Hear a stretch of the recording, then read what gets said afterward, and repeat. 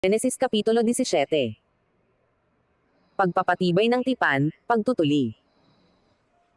At nang si Abram ay may 99 na taon, ay napakita ang Panginoon kay Abram, at sa kanya'y nagsabi, "Ako ang Diyos na makapangyarihan sa lahat, lumakad ka sa harapan ko, at magpakasakdal ka. At ako'y makikipagtipan sa iyo at ikaw ay aking pereramihing mainam." At nagpatira pa si Abram, at ang Diyos ay nakipag-usap sa kanya, na sinasabi, "Tungkol sa akin, narito, ang aking tipan ay sumasa iyo, at ikaw ang magiging ama ng maraming bansa. At hindi natatawagan ang pangalan mong Abram, kundi Abraham ang magiging iyong pangalan, sapagkat ikaw ay ginawa kong ama ng maraming bansa. At ikaw ay aking gagawing totoong palaanakin at papanggagalingan ko sa iyo ang mga bansa, at magbubuhat sa iyo ang mga hari. At aking papagtitibayin ang aking tipan sa iyo at sa iyong binhi pagkamatay mo sa buong kalahian nila, na tipang walang hanggan, na ako'y magiging iyong Diyos, at ng iyong binhi, pagkamatay mo. At ibibigay ko sa iyo, at sa iyong binhi, pagkamatay mo, ang lupaing iyong mga pinaglakbayan, ang buong lupain ng Canaan, na pag-aaring walang hanggan, at ako ang magiging Diyos nila."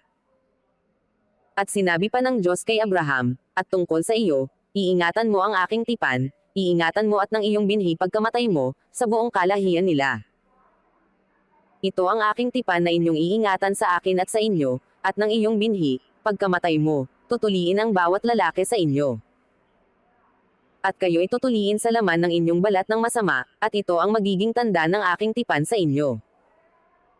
At ang may 8 araw ay tutuliin sa inyo, ang bawat lalaki sa buong kalahian ninyo, ang ipinanganak sa bahay, o ang binili ng salapi sa sinumang taga-ibang lupa na hindi sa iyong lahi. Ang ipinanganak sa bahay at ang binili ng iyong salapi, ay dapat tuliin, at ang aking tipan ay sa iyong laman na pinakatipang walang hanggan. At ang lalaking hindi tuli, na hindi tinuli ang laman ng kanyang balat ng masama, ang taong yaon ay mahihiwalay sa kanyang bayan, sinira niya ang aking tipan." At sinabi ng Diyos kay Abraham, "Tungkol kay Saray na iyong asawa, ay huwag mo nang tatawagan ang kanyang pangalang Saray, kundi Sara ang magiging kanyang pangalan. At akin siyang pagpapalain, at saka sa kanya'y bibigyan kita ng anak, oo, siya'y aking pagpapalain, at magiging ina ng mga bansa, ang mga hari ng mga bayan ay magmumula sa kanya." Nang magkagayo'y nagpatira pa si Abraham, at nagtawa, at nasabi sa kanyang sarili, magkakaanak kaya siya na may 100 taon na? At manganak pa kaya si Sara na may 90 taon na?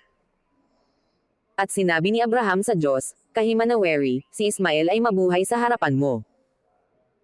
At sinabi ng Diyos, "Hindi, kundi ang iyong asawang si Sara ay magkakaanak sa iyo, at tatawagan mo ang kanyang ngalang Isaac, at aking pagtitibayin ang aking tipan sa kanya ng pinakatipang walang hanggan, sa kanyang lahi pagkamatay niya.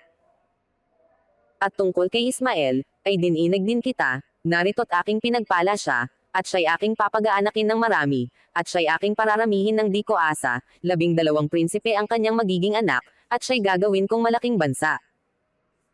Ngunit ang aking tipan ay pagtitibayin ko kay Isaac na iaanak sa iyo ni Sara, sa tadhanang araw, sa taong darating." At nang matapos na makipag-usap sa kanya, ay napaitaas ang Diyos mula sa piling ni Abraham.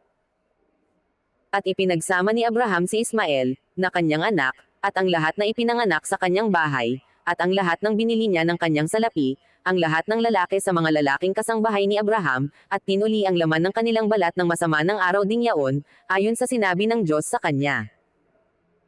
At si Abraham ay may 99 na taon, nang tuliin ang laman ng kanyang balat ng masama. At si Ismael ay may 13 taon, nang tuliin ang laman ng kanyang balat ng masama. Nang araw ding yaon tinuli si Abraham, at si Ismael na kanyang anak. At lahat ng lalaking kasangbahay niya, maging ang mga ipinanganak sa bahay, at ang mga binili ng salapi sa taga-ibang lupain, ay pinagtuling kasama niya.